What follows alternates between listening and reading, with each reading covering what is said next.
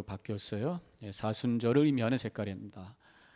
사순절, 순이라고 하는 것은 열을 상징하는 그런 단어가 되기 때문에 사순절이라고 하는 것은 40일을 의미합니다. 지난 수요일이 애쉬 웬스데이, 그래서 재수요일을 시작으로 해서 부활절 바로 전날까지 40일을 얘기하는 것이에요. 그러니까 주일을 뺀 6주 플러스 4는 40. 그래서 40일을 우리가 사순절을 지내고 있는데, 해필이면 왜 40일이냐? 성경에 보면 40일이라고 하는 것이 고난과 어떤 변화의 시간을 얘기를 하고 있어요. 이스라엘 백성들이 광야 생활 고난을 통해서 가나안 땅을 향해 갔던 40년, 그다음에 모세가 하나님 만나기 위해서 시내산에 올라가서 말씀을 받던 그 금식하던 때가 40일, 예수님께서 공생애를 시작하기 전에 40일 동안 금식하시면서 준비하셨던 기간이 40일, 예수님께서 다시 승천하시기 전까지 부활하신 다음에 40일, 40일이라는 그 숫자, 40이라는 숫자가 성경에 굉장히 많이 나오고 있어요. 그래서 우리 기독교 역사 속에서 예수님의 십자가와 부활을 기다리는 이 기간, 그래서 365에 10분의 1이면 36 플러스 4를 더해서 40일을 우리가 사순절로 지키고 있다고 하는 것입니다. 사순절의 목적이 뭐냐? 하나님께 더 가까이 가는 거예요. 사순절의 목적이 뭐냐? 하나님께로 돌아가는 거예요. 그래서 성경에 특별히 이 예언서에 보면은 많은 말씀이 나오지만 예언서의 메시지의 핵심을 한마디로 얘기한다면 돌아오라는 거예요. 오늘 우리가 호세아서 14장을 가지고 말씀을 나눕니다만은 시작하는 1절에서 돌아오라. 그래서 이 사순절을 통해서 우리가 하나님으로부터 멀리 갔다라고 한다면 이제 이 하나님께 더 가까이 돌아감으로 하나님께서 주시는 은혜를 체험하는 그런 시간이 되어야 된다고 하는 것입니다. 그럼 어디로 가느냐? 오늘 말씀을 통해서 보니까 하나님으로부터 멀어진 그 이스라엘 백성들이 어디로 가느냐? 우상을 향해서 갔다는 거예요. 우상. 그래서 오늘 호세아 14장 4절에 있는 말씀 같이 함께 읽겠습니다.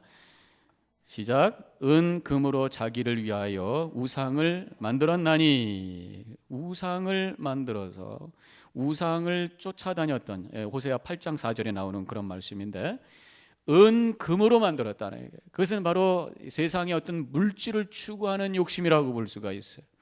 자기를 위해서 만든 것이 우상이라는 거죠. 그래서 우상의 특징은 내 중심적으로 만드는 거예요. 그래서 우상이라는 게 꼭 어떤 걸 만들어가지고 뭐 돼지 또 이게 금송아지를 만들어서 그것을 섬기는 어떤 그런 이미지를 뛰어넘어서 나를 욕심으로 끌고 가고 나를 내 중심으로 끌고 가는 어떤 것이 있다면 그것은 다 우상이라는 거예요. 그런데 이스라엘 백성들의 그 역사 속에서도 보는 것처럼 하나님의 은혜 받고 출애굽의 체험이 있음에도 불구하고 시간이 지나고 기회가 되면 자꾸만 엉뚱하게 우상을 향해 나가는 그런 모습을 보면서 혹시 우리 안에도 그런 일이 일어나지 않냐는 거죠. 조금이라도 우리의 영적인 그런 허리를 풀어버리면 어느 순간에 나도 알지 못하는 사이에 욕심을 향해, 내 중심을 향해, 세상의 우상을 향해 흘러가고 있는 우리의 모습을 보면서 주님께서 돌아오라고 하는 거예요. 마치 강물에 떠있는 표류하는 배처럼 둥둥둥둥 가만히 있으면 둥둥둥둥 떠내려가게 되어 있어. 어디로? 저 낭떠러지 밑으로. 때가 지나기 전에, 너무 늦기 전에 강물에 떠 있을 때 이제 영적인 엔진에 시동을 걸어서 거슬러 하나님께 돌아가는 이 사순절이 하나님께로 돌아가는 축복된 시간이 되어지시기를 주님의 이름으로 간절히 축원합니다.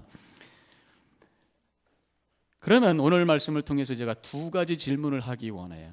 오늘 본문에서 우리에게 가르쳐 주시는 말씀을 우리가 찾기 위해서 두 가지 질문을 하기 원하는데, 한 가지는 돌아가는 게 도대체 어떻게 하는 겁니까? 하나님께서 돌아오라고 말씀하고 돌아가라고 말씀하고 있는데 하나님께로 돌아가는 것이 도대체 그러면 어떻게 하는 것입니까? 라는 질문을 해볼 수가 있습니다.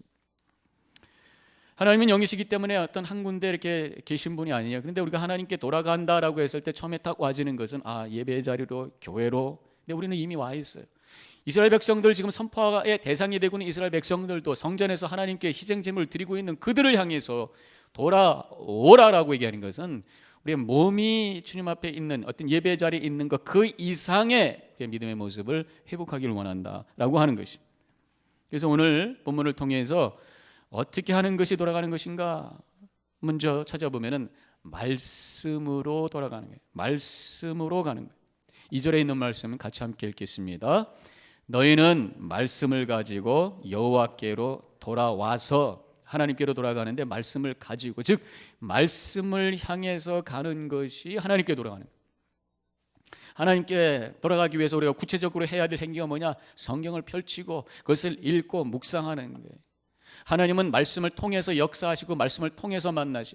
그분은 영이시기 때문에 손으로 만질 수도 없고 눈으로 볼 수도 없어요. 그러나 성경을 통해서 하나님 만나주시고 성경을 통해서 말씀하시고 성경을 통해서 역사하시는 분이기 때문에 하나님께로 돌아간다라고 하는 구체적인 일은 뭐냐? 말씀을 피고 말씀을 읽고 말씀을 묵상하는 거란 말이죠. 그래서 이번에 우리 사순절 동안 말씀이 이끄는 40일 캠페인을 하는 거예요. 하나님께로 돌아가는 구체적인 일이라고 하는 것입니다. 그래서 시간, 우리 365일 중에서 40일을 따로 리저브해서 이 시간에 하나님께 돌아가기 위해서 다른 것보다도 말씀 읽는 것에 우리의 시간의 우선권을 두고, 그래서 이번 한번 이 신약 성경 통독을 통해서 하나님께 더 가까이 가는 축복된 체험이 있으시기를 주님의 이름으로 간절히 축원합니다. 말씀이라고 하는 것은 단순히 지식이 아니잖아요. 그래서 우리가 40일 동안 어떤 지식을 하나 채우고 성경을 끝냈다라고 하는 어떤 그런 단순한 의미가 아니라, 성경은 하나님이 나를 향한 계시의 말씀이기 때문에 성경을 통해서 무엇인가 내 속에 역사가 일어나야 되겠는데, 성경 읽을 때 내가 어떤 역사가 일어나야 되겠느냐? 내 자신을 볼 수가 있어야죠. 성경은 영적인 거울이, 아침에 나올 때 거울 안 보고 나온 사람 손 들어봐. 아무도 없을 거예요. 아침에 일어나면 제일 먼저 하는 것이 거울 바라보면서 세수하면서 눈곱 끼고, 여자분들은 또 바르고 뭐 한참 하고 머리하고 뭐 한참 시간. 그래서 내 자신을 잘 관리하고 이미지를 아름답게 하는 것처럼 우리 영적인 거울 앞에도 설 수 있어야 된단 말이에요. 육신의 거울 앞에서는 그렇게 열심히 있으면서 영적인 거울 앞에 내 자신을 한번 펼쳐보는 시간을 갖지 않기 때문에 내 영적인 모습이 지금 어떻게 돌아가는지 알지도 못하면서 막 시간을 허비하면서 인생을 살아가 버리고 만다는 거예요. 이번 사순절 기간 동안은 하나님의 말씀을 통해 내 자신을 발견하고, 그래서 내 자신 속에 있는 잘못된 모습을 고쳐나감으로 하나님께 다 가까이 가는 축복된 시간이 되어주시기를 주님의 이름으로 간절히 축원합니다. 말씀이라고 하는 것은요, 내 자신을 보면서 동시에 미래를 보는 거잖아요. 그래서 지난주에 제가 드린 말씀의 제목이 뭐냐면 보배롭고 지극히 큰 약속. 그 약속을 붙들고 사는 것이 믿음이라는 말씀을 드렸는데, 그 보배롭고 지극히 큰 약속이 뭐냐? 구원의 약속, 영생의 약속, 신적인 성품에 참여할 것이라고 하는 약속. 그래서 내가 훗날 하나님 나라에서 영광스럽게 주님과 함께 기뻐할 그것을 생각하면서 우리가 소망 가운데 어떤 영적인 비전을 가지고 사는 것과 더불어 그것을 우리가 고백할 때 와지는 게 뭐냐? 지금 내가 어떤 모습인가를 보게 된다는 거예요. 그 거룩한 하나님의 성품에 동참할 그 존재가 지금 이러한 모습을 갖고 살고 있다고 하는 것에 대해서 땅을 치고 회개하며 하나님, 제 주님 앞에 새롭게 하기를 원합니다. 결단하면서 나가는 것이 말씀을 통해서 하나님께 다가가는 모습이 된다고 하는 것이죠. 또 오늘 말씀에서는 하나님께 돌아가는 또 구체적인 모습이 뭐냐? 입술의 열매를 하나님께 드리는 것이다. 그렇게 2절에서 말씀하고 있습니다. 우리 하나님께 갈 때에 빈손으로 가지 않습니다. 오늘 예배 보러 올 때 시간을 가지고 온 거예요. 여러분들의 마음을 가지고 온 거예요. 물질을 가지고 예물을 드립니다. 성가대가 달란트를 가지고 은사를 하나님께 올려드립니다. 뭔가 가지고 예물을 가지고 드립니다. 이스라엘 백성들 구약시대에 하나님께 제사하기 위해서 희생제물을 가지고 왔는데, 하나님께서 오늘 주신 말씀 속에서는 바로 입술의 열매를 가지고 오는 것이 하나님께 돌아가는 것이라고 말씀하고 있습니다. 2절에 있는 말씀 우리 같이 함께 읽습니다. 우리가 숫송아지를 대신하여 입술의 열매를 주께 드리리라.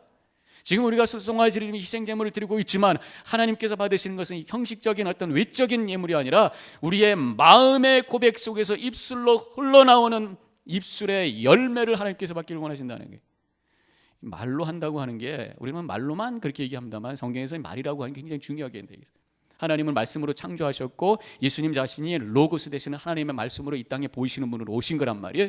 하나님은 말씀으로 세상 창조하시고 말씀으로 구원하시고 우리의 마음으로 믿고 입으로 시인하게 하시며 구원이 우리 안에 이루어지도록 하시기 때문에 말이라고 하는 것은 생명이고 인격이란 말이에요. 그래서 우리가 무슨 말 하느냐가 굉장히 중요한데, 하나님을 향해 입술의 열매로 말의 고백으로 하나님께 나가는 것이 하나님께 돌아가는 것이라는 것이. 그래서 우리가 어떤 두 가지 구체적으로 생각하게 됩니다. 그것은 찬양, 하나님의 은혜를 고백하는 감사의 찬양.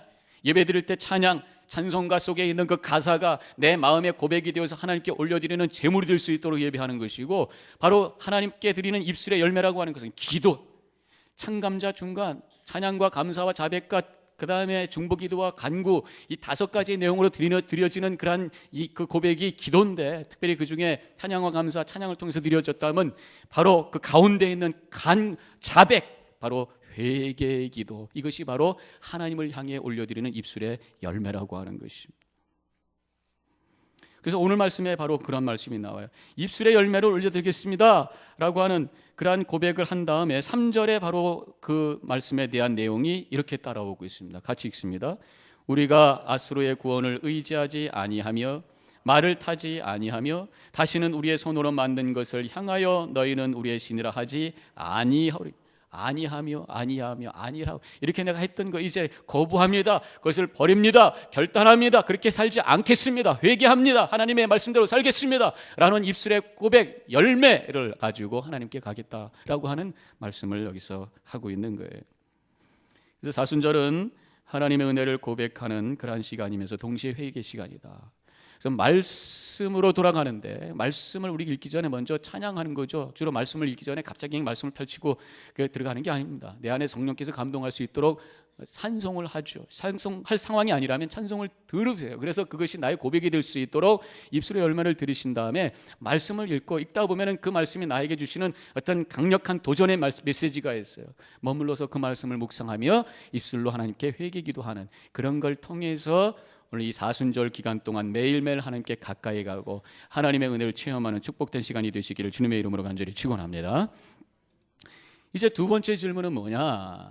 하나님께서 오늘 말씀에 두 부분으로 말씀하셨는데, 첫 번째는 하나님께 돌아가는 것이 이런 것이다 라고 말씀하셨고, 그 다음에 하나님께 돌아간 다음에 일어난 일에 대해서 말씀하셨다면, 두 번째 질문은 내가 하나님께로 돌아갈 때 어떤 일이 일어납니까? 라는 질문을 해볼 수가 있어요. 4절에 그 대답을 4절 이후로 하고 계시는데 4절에 그 말씀이, 대답의 말씀이 이렇게 나와 있습니다. 같이 읽습니다. 내가 그들의 반역을 고치고 기쁘게 그들을 사랑하리니 나의 진노가 그에게서 떠났음이라 말씀하고 있어요. 바로 우리를 고쳐주시겠다, 우리를 사랑해 주시겠다. 그래서 이 말씀을 저는 한 단어로 그냥 딱 정리를 한다면 회복시켜 주신다.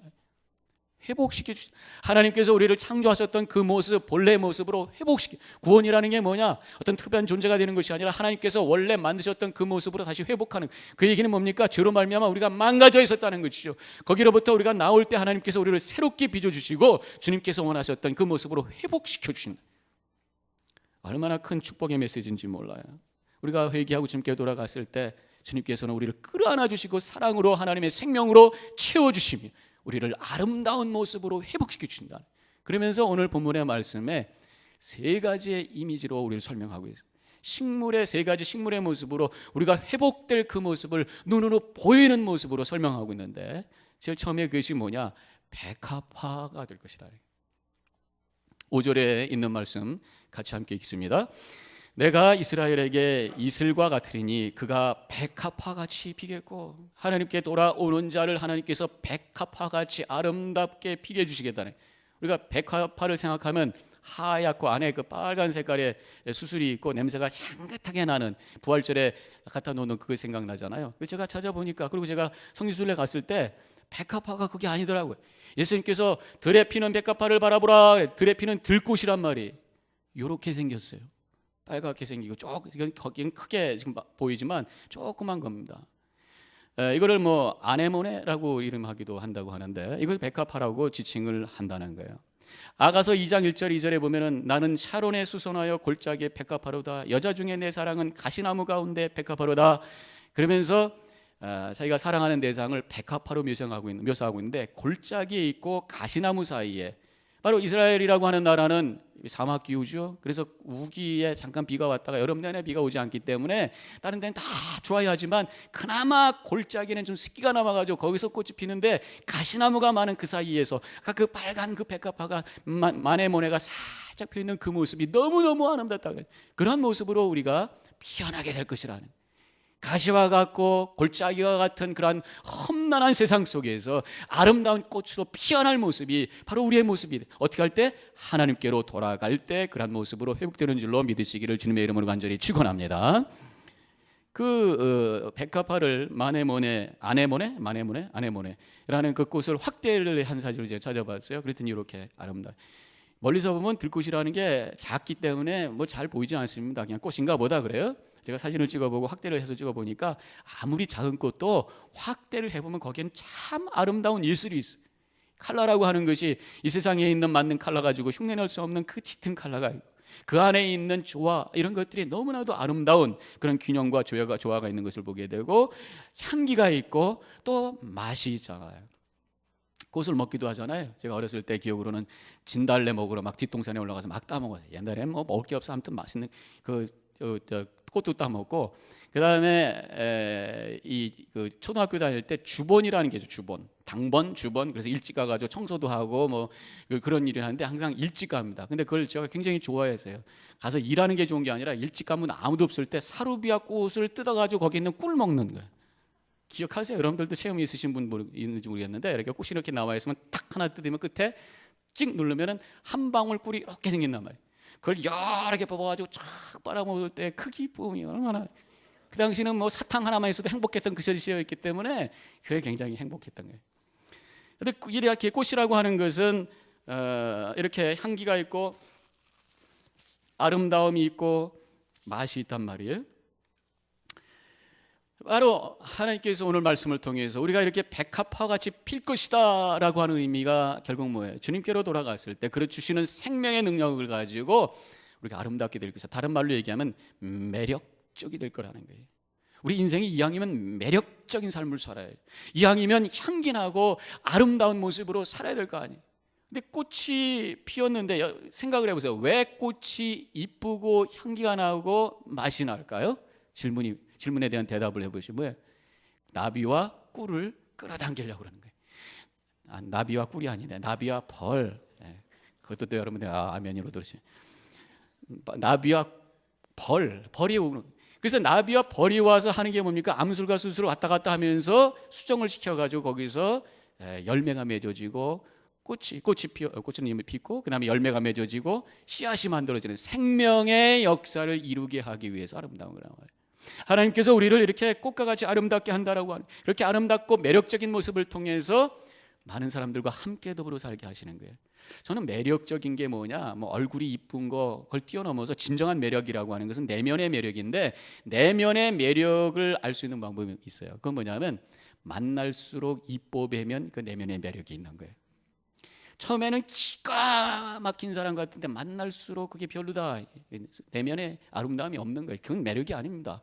처음에 그냥 평범한 사람 같고 그저 사람 같았는데 만날수록 거기에 아름다움이 있고 그 얼굴이 재석되기 시작한다면 그것은 아름다운 거예요. 우리 체일교회 모든 성도님들 그런 아름다움을 가지시길 주님의 이름으로 간절히 축원합니다. 그렇게 될 때에 사람들이 뭐예요? 꽃이 아름다울 때에 벌과 나비들이 다 나오는 것처럼 사람들이 좋은 사람들이 함께 여러분들 가장 행복한 게 뭡니까? 많은 걸 가져서 행복합니까? No. 좋은 사람들과 더불어 사는 게 행복인 줄로 믿습니다. 그때 진정한 행복이 되고 거기서 아름다운 생명의 역사가 일어나게 되는 거예요. 삶의 열매가 맺어지고 다른 사람들에게 그 열매를 나눌 수 있는 그러한 영향력을 끼치는 복된 삶을 살아나가는 거예요.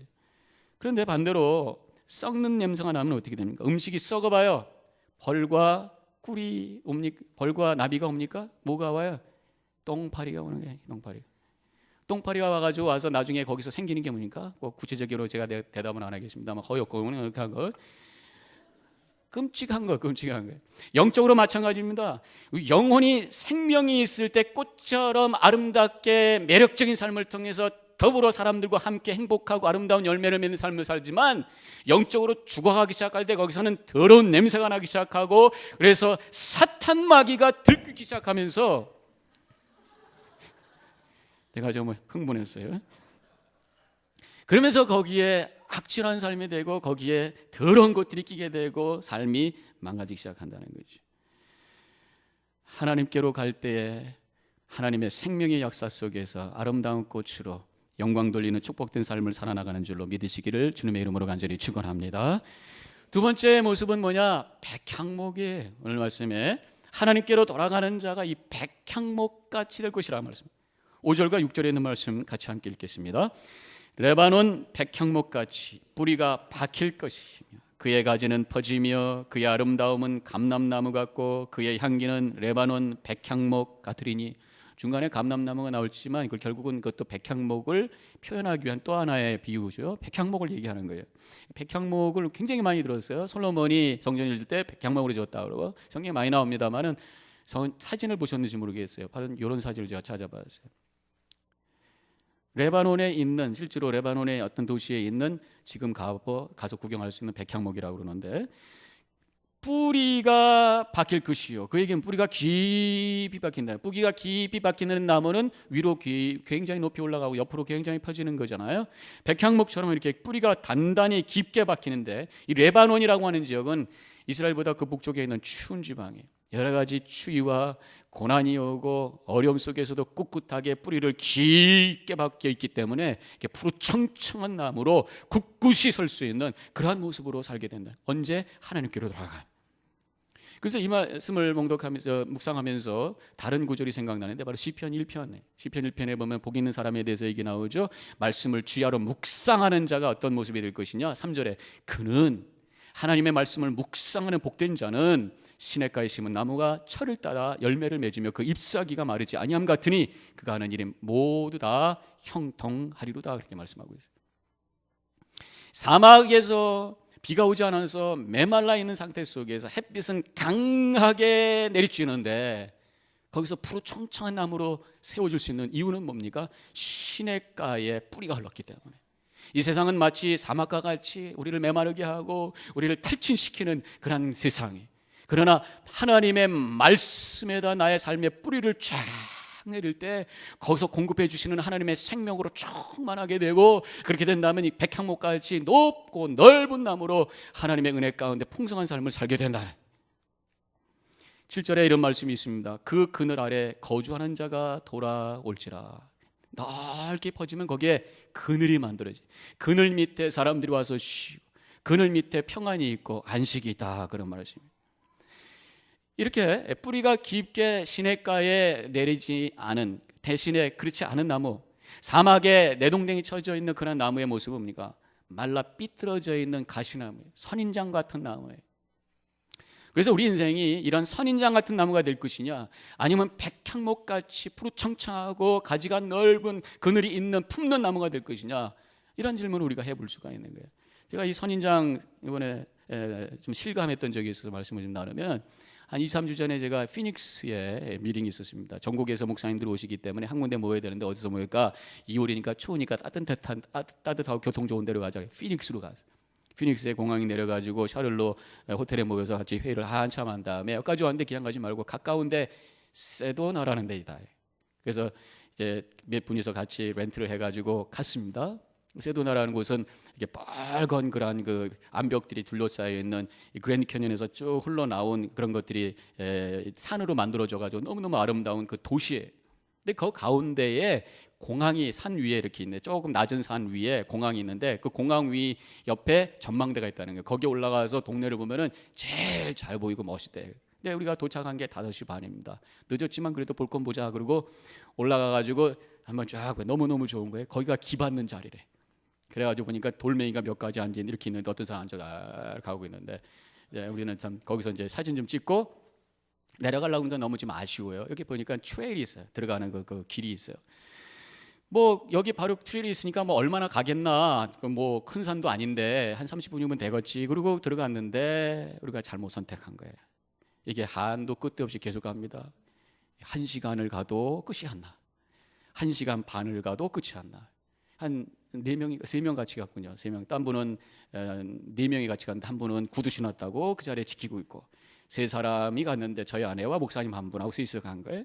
이 가는데 그때 5시 반에 출발했는데 6시 15분에 이제 일몰이 되는 거예요. 햇빛이 저 산 뒤로 넘어가 버리고 말아요. 햇빛이 없죠. 점점 어두워지기 시작합니다. 겁이 나기 시작하는 거예요. 야, 이제 우리가 여기서 길을 잃으면 깜깜한데 어떻게 될 것이냐. 그러면서 주변을 보니까 세상에 이런 나무들만 있는 거예요. 제가 그 다음 사진은 제가 찍었던 사진. 그거 보면서 이제 우리 깜깜해지면 길을 잃을 것이고, 그 다음에 이제 찾기 위해서 내려갈 텐데, 내려가다가 저런 나무에 찔려가지고 만진창에서 피가 철철 흘러가지고 아침에 구조당해가지고 뉴스에 나와서 고 목사가 세도나에 죽을 뻔했다.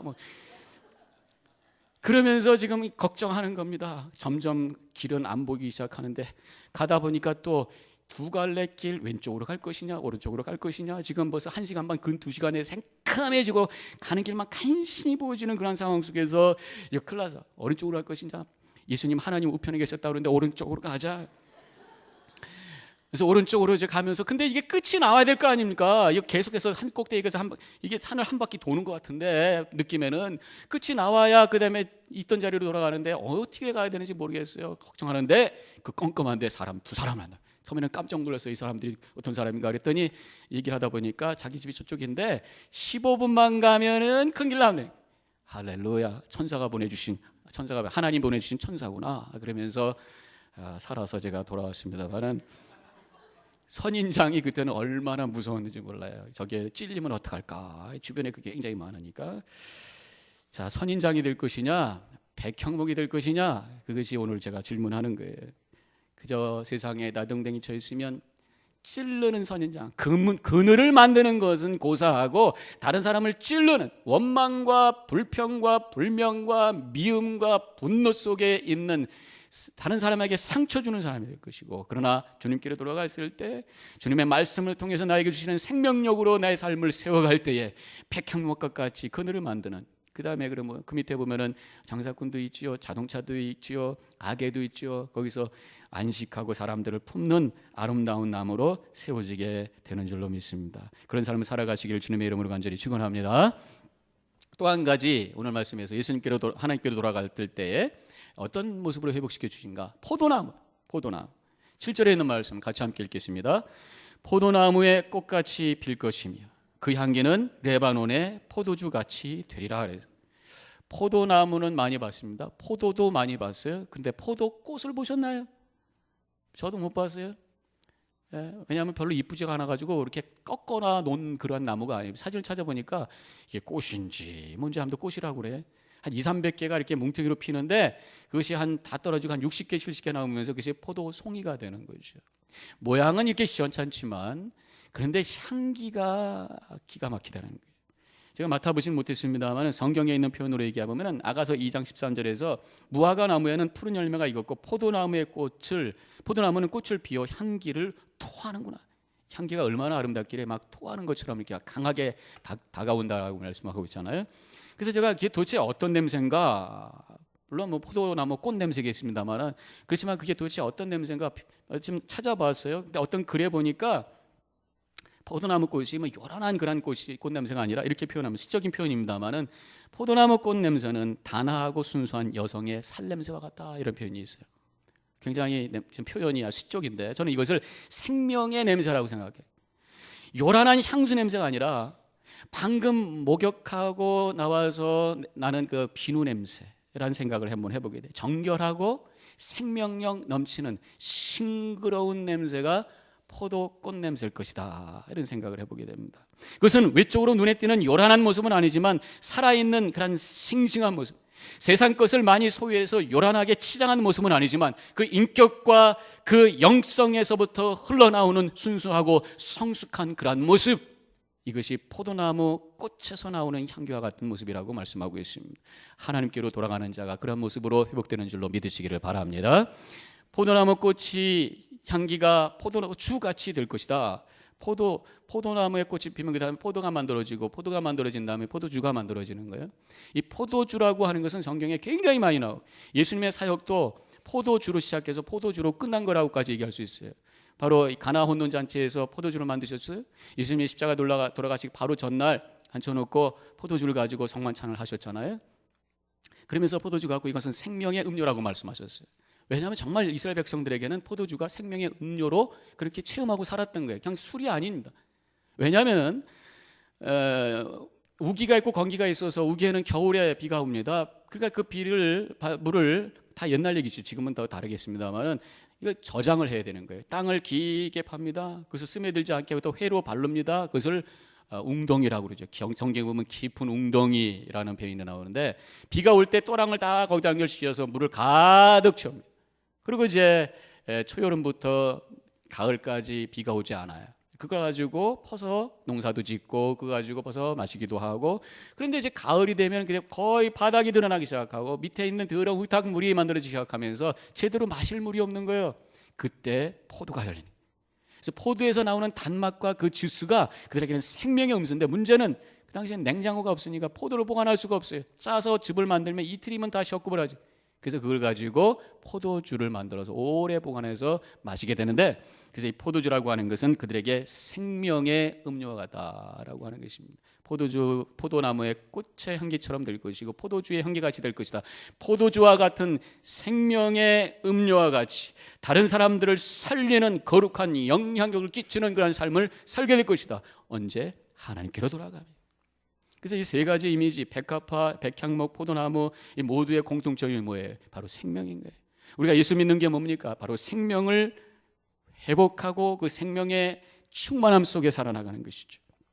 그저 목숨을 부지하는 삶이 아니라 육신적으로 먹고 살고 건강 유지하는 삶을 머무는 것이 아니라 진정한 생명, 하나님의 생명을 바라면서 사는 것입니다. 백합화의 그 아름다움, 백향목의 그 푸르름, 포도나무 꽃의 그 향기, 이것을 바라면서 살아나가는 그러한 삶을 우리가 살기 위해서 하나님께로 돌아가시기 바랍니다. 그러한 축복이 임하는 우리 성도님과 제가 되기를 주님의 이름으로 간절히 축원합니다. 기도하십시다. 오늘 말씀을 우리 다시 한번 묵상을 해봅니다. 사순절이 시작이 되면서 주님께서 돌아가라고 말씀하고 있습니다. 말씀으로 돌아가라고 말씀하고, 입을 열어 찬양하고 기도하며 입술의 열매로 하나님께 올려드리라고 말씀합니다. 그때 거기에 백합화와 백향목과 포도나무의 생명의 충만함이 이루어진다고 말씀하고 있습니다. 나의 모습이 지금 어떤 모습인가요? 가시나무 선연장과 같이 찌르고 있는 것인가요? 그렇다면 우리의 삶의 뿌리를 주님께로 내려야 될 때가 왔습니다. 주님께로 돌아가십시다. 우리가 오늘 말씀을 생각하면서 결단하시기 바랍니다. 그리고 기도하시기 바랍니다. 잠깐 묵상하겠습니다.